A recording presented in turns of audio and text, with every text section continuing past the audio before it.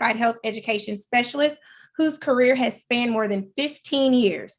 Of course, after serving in the US Navy as a Russian linguist, and let me go ahead and stop and wish you an early happy Veterans Day and thank you for your service. Okay. He returned home and he obtained his Bachelor's of Information Systems from the University of Illinois at Chicago. You worked in technology for several years with McDonald's Corporation and IBM as a developer and software sales professional. And then, of course, in 2007, you followed your passion for the culinary arts and you started a healthy meal delivery service called Alter Eat Go. So like alter ego, but alter eat go. And that was to kind of help with the lack of healthy food choices in Chicago. So you shut down those operations. And of course, you decided to focus more on nutrition and fitness. And so I just want to welcome you and everyone, please help me welcome Mr. Eric Meredith. How are you doing? I'm doing fabulous. Hope you guys are doing well. Okay, yes, we are doing well. Okay, so first off, I just kind of wanted to just get because I know you're going to be partnering with 100 Black Men of America. You are a co-chair of you said the Health and Wellness Committee for the 100 Black Men of Chicago. And so you guys do have an event coming up this Saturday. So just kind of tell me, well, I want to ask you more so like, what is it about this that's so important? Like, why do Black people need to basically care about their health? Because I mean, we care about so many other things like our cars, our clothes, how we look, but why should we take a moment to care about our health? Kim, that's a great question. So I believe health is wealth. So you can have all the money in the world, but if you're not healthy enough to enjoy it, what does money do? So the new green is fruits and vegetables. I mean, that's also, things we need to think about. So the 100 Black Men in Chicago, we have a couple different pillars, mentoring being one, which we're most famous for, economic development, and then health and wellness is one of those pillars as well.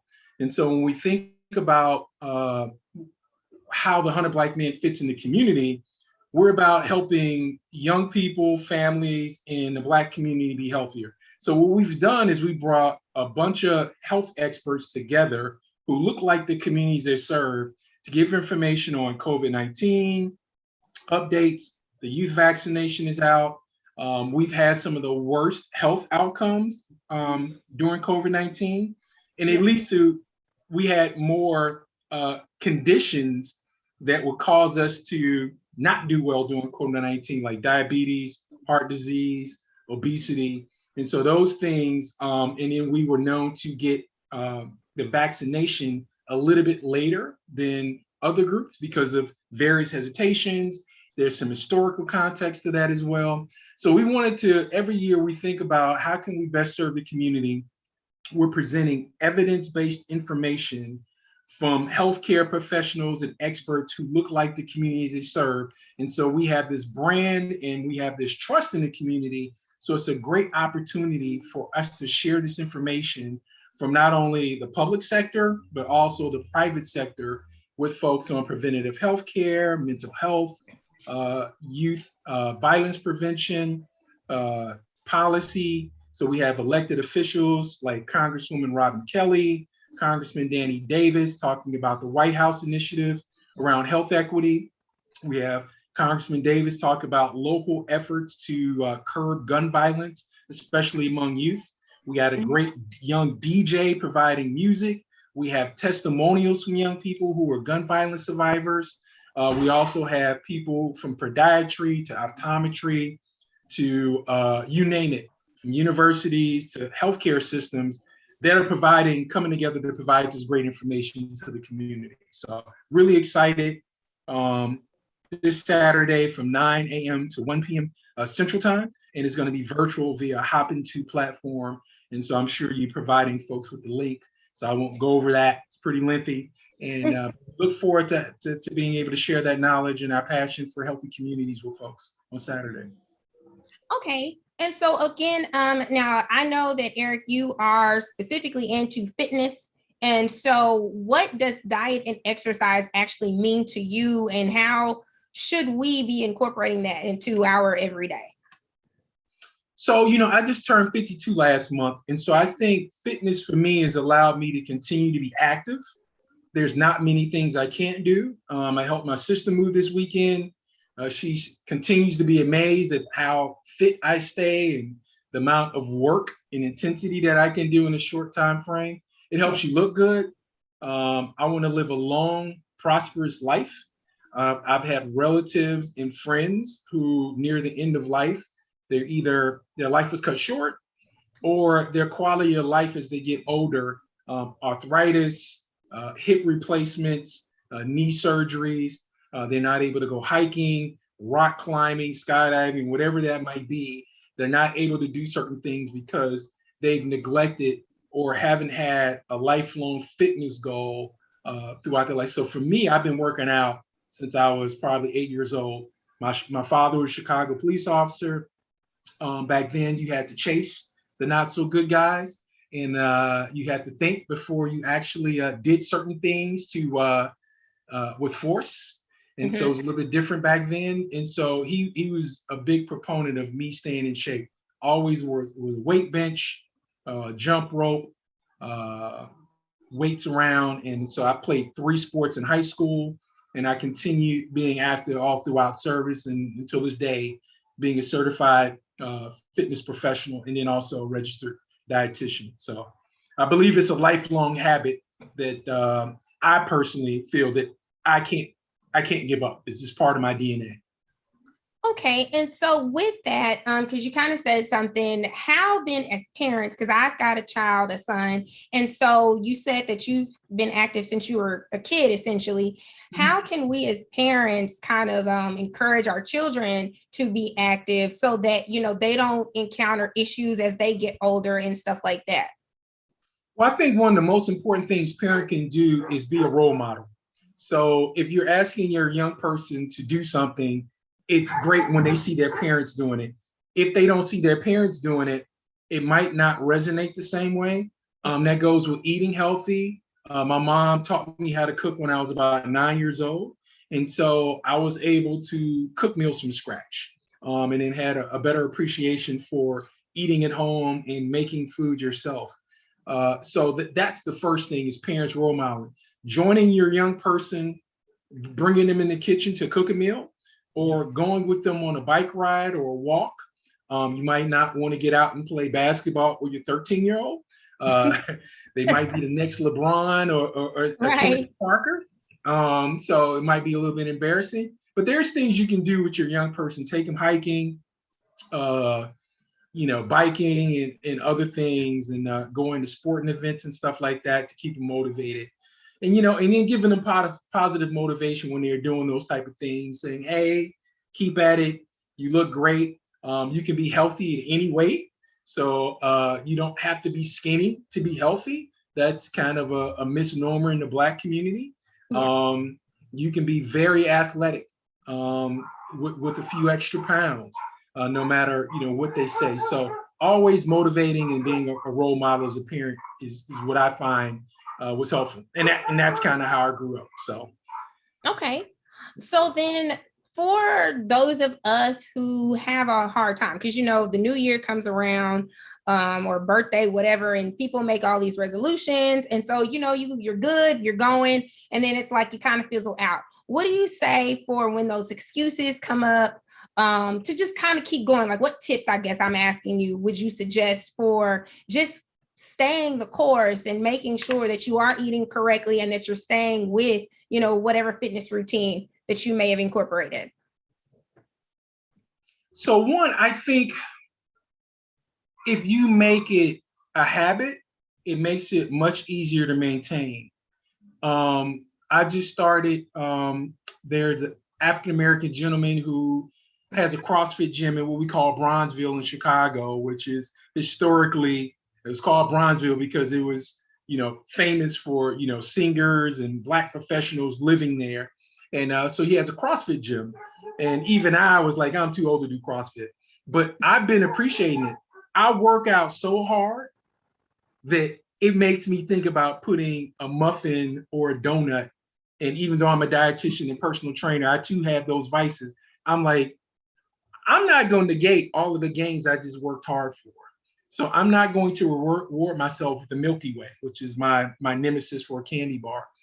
And so keeping your daily routines, once you make it a habit, and keeping your ultimate goals in mind, like if you want to live a healthy life, enjoy your family, see your children have, you know, kids, and you become a grandparent or a great grandparent. So keeping those goals in mind, I think is top. It makes it a little bit harder when you don't have goals and you're like, hey, what's the problem? I can just splurge. Now, there's nothing wrong with enjoying the holidays, but I think we've all gotten away, at least my family has gotten away from eating 2 or 3 plates. Oh, yes. You know, during Thanksgiving, it's like it's soul food. The elders provide this food. They want to see you happy. You have to try all the recipes. So what I've done now is say, hey, I'll try a little bit of this. I can load up on greens all day. Yes. But you got mac and cheese, potato salad, dressing, bunch of carbs. bunch of carbs. Those will put you to sleep. I used to wonder why, young or old, we will all fall asleep after the meal. We were eating 2 plates full of food, bread, and the whole 9 yards. Then you have multiple desserts: sweet potato pie, caramel cake, pound cake. And so what I've done is like, hey, cousin, if you want to try these 2 or 3 desserts, let's split them. Yeah. So I get to eat whatever I want. And I tell my auntie, hey, I didn't try it right now, but I'm going to take that home with me. So, you know, being a single person, I can have something to eat later instead of trying to enjoy all my food in one sitting. So there's a way you can be social and enjoy the holidays, but still be responsible. It's a great time of year.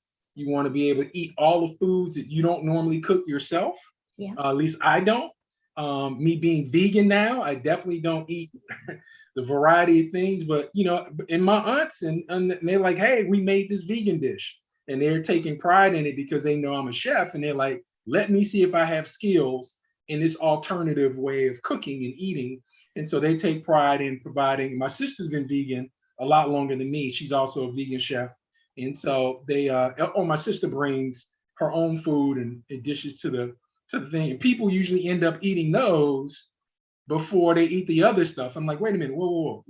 Right. I gotta have something to eat too. Yeah. And they're like, well, this is healthy, this is clean. I'm like, yeah, but eat what you brought. So it's funny. So, but yeah, so we enjoyed, and we enjoy the influence that we have over the family, because everybody's like, what's your secret? There's no secret. It's hydrate, sleep. I don't drink. I don't smoke. And so these are all things and that's my thing. I'm not knocking that, but you know, I was recently diagnosed with stage 2 hypertension, which is why I became vegan. Okay. And so I didn't want to do meds. And so I switched to a Black cardiologist, happened to be plant-based. And he says, hey, it happens. I mean, you have all of these other healthy factors. And so he's like, you know, if you've done all these things, we have to put you on meds, at least for a short time. So I've been able to manage my blood pressure basically almost med-free. That awesome. Doesn't work for everybody. Everybody's situation is unique.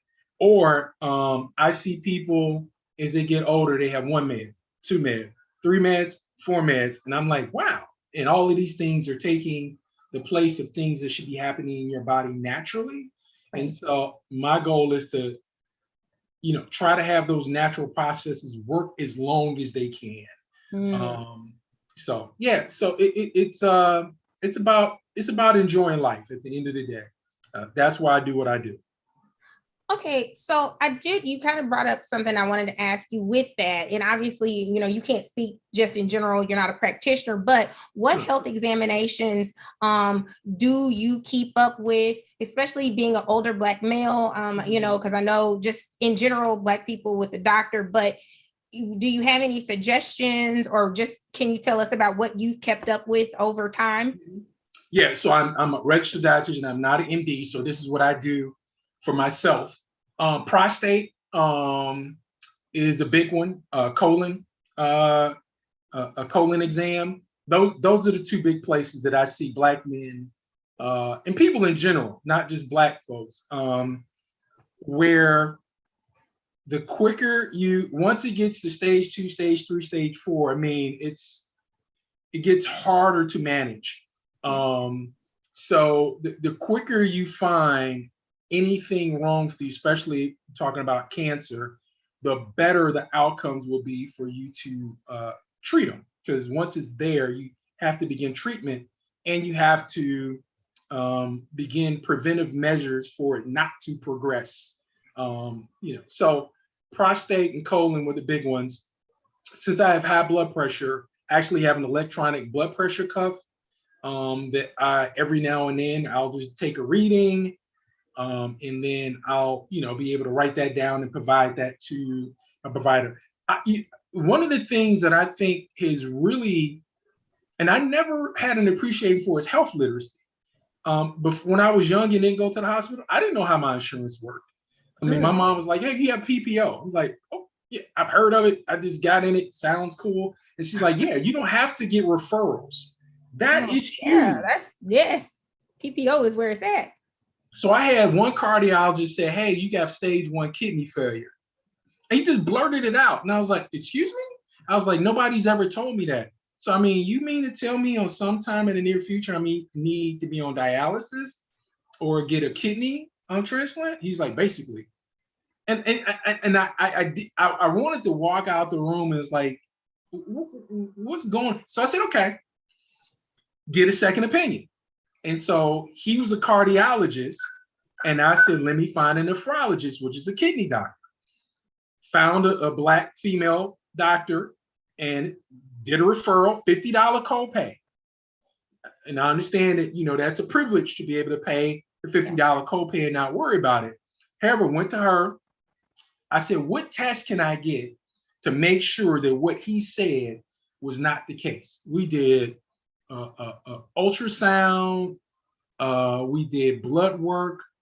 I'm going back in 6 months and making sure there's nothing going on. We checked for kidney stones. A bunch of different things, all with it were covered by my insurance. And since the doctor put it in his notes, I asked him, I said, "You said this, please put this in my medical notes." And so if it's in the medical notes, the insurance company will say, this doctor brought up this diagnosis, which means it makes sense that he goes to a referral and gets all of this workup done to make sure that he doesn't have 52 stage 1 kidney failure. And then there's different stages, just like cancer. And as you progress along the stages, your kidneys are no longer functioning. And kidneys are the things that detoxify your body, regulate fluid balance. If your kidneys don't work and you don't go to dialysis, and if it's a wrap, you're no longer here. You just can't function. So that was pretty serious. And so I've done that with cardiology, making sure that I get the right test, preventive test to diagnose what's going on. I've had my artery scope, for example, to check for plaque, to check for hardening.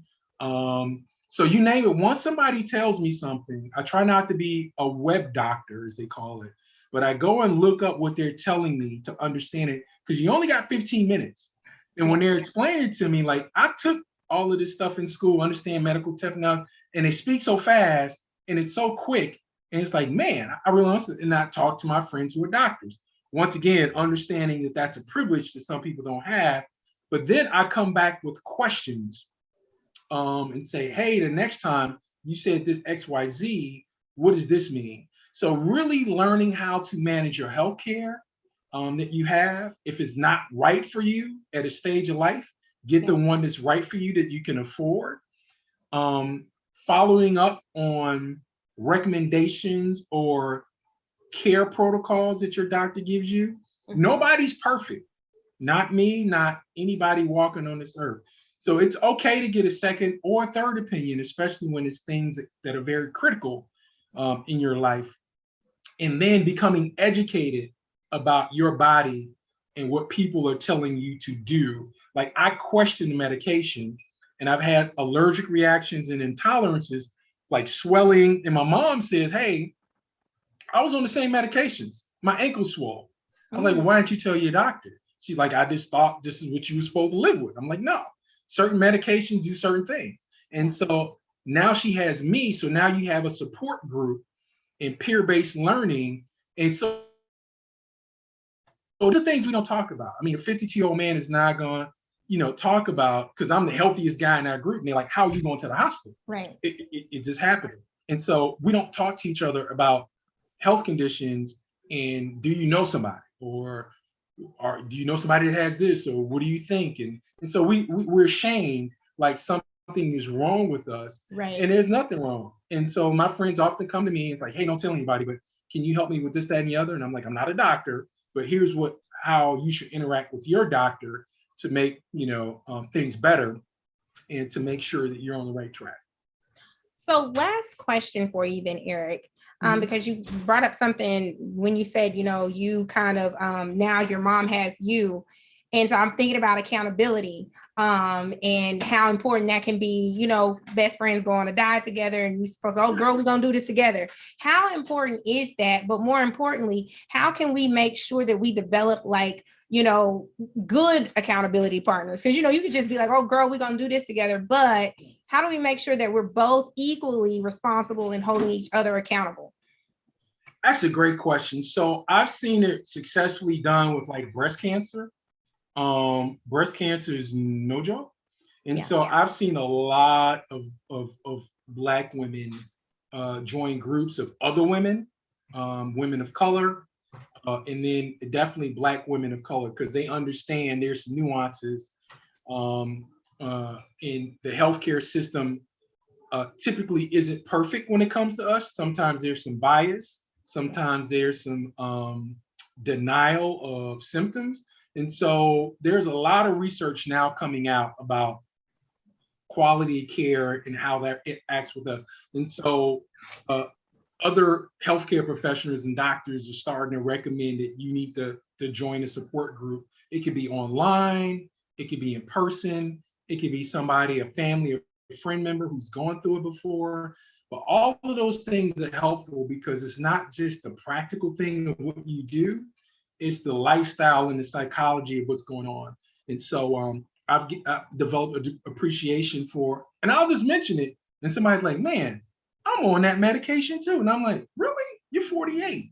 He's like, but man, how do you do this, that, and the other? We started talking, and they're like, really? And before then, he's like, I've never really talked to anybody about being on blood pressure medication because I thought it was taboo. They're 48 and they're Black. I'm like, man, we got stress. And we got some people drink, they smoke, they live their life. They might not be eating the right way. So I think support groups and accountability partners are very good. I just joined this CrossFit gym, and it's very welcoming. And I have to tell you, even though I'm fit, I'm the least fit person in the gym. I go to the gym and I will fail. I did the worst today out of everybody.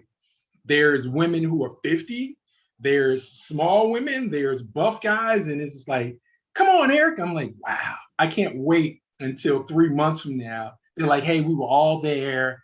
We can see you're fit and muscle, but it don't mean anything, until you get through these workouts. And so it's becoming, after my first week, it's almost addictive. And you look forward to going to the gym, and now it's accountable. Now, before, I spent many years working out by myself. And so I was my own accountability partner.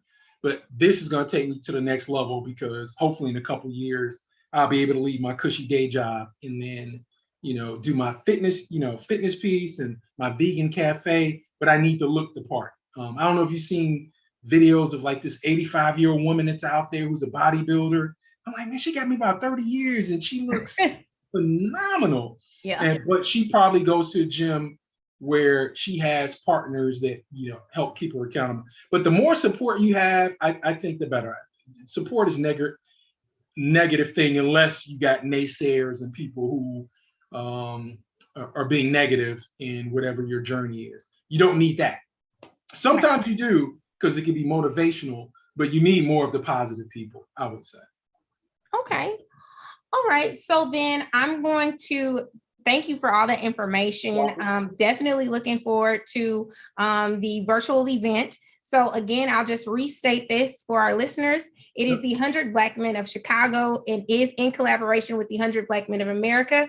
It's the 4th annual Wellness Expo, and it's going to be this upcoming Saturday, November the 13th, from 9 a.m. to 1 p.m., and that is Central Standard Time. It is a free virtual event open to both adults and youth. And again, we're going to be, or you guys, I'm sorry, going to be covering a wide array of topics from mental health to youth violence and so much more. And so is there anything else you would like to add? Just maybe where people can find out more, just whatever else before we go? If people got further questions, they can go to www.100BMC, Black Men Chicago, 100BMC.org. So we got the flyer there. They can check out our other programs. They can see pictures from past health and wellness fairs when we're in person. And just find out about our programs. 100 Black Men of America is a national organization. Dallas has a chapter. Atlanta has one of the biggest, most well-known chapters. And so it started in New York. So we definitely welcome folks to visit the website to find out additional information. Okay, well, I do thank you so much for your time. And so again, this has been Rolling Out Health IQ. I am your host, Kimberly Amara, and we will see you guys next time. Thanks. Great meeting you. All right. Thanks meeting you too.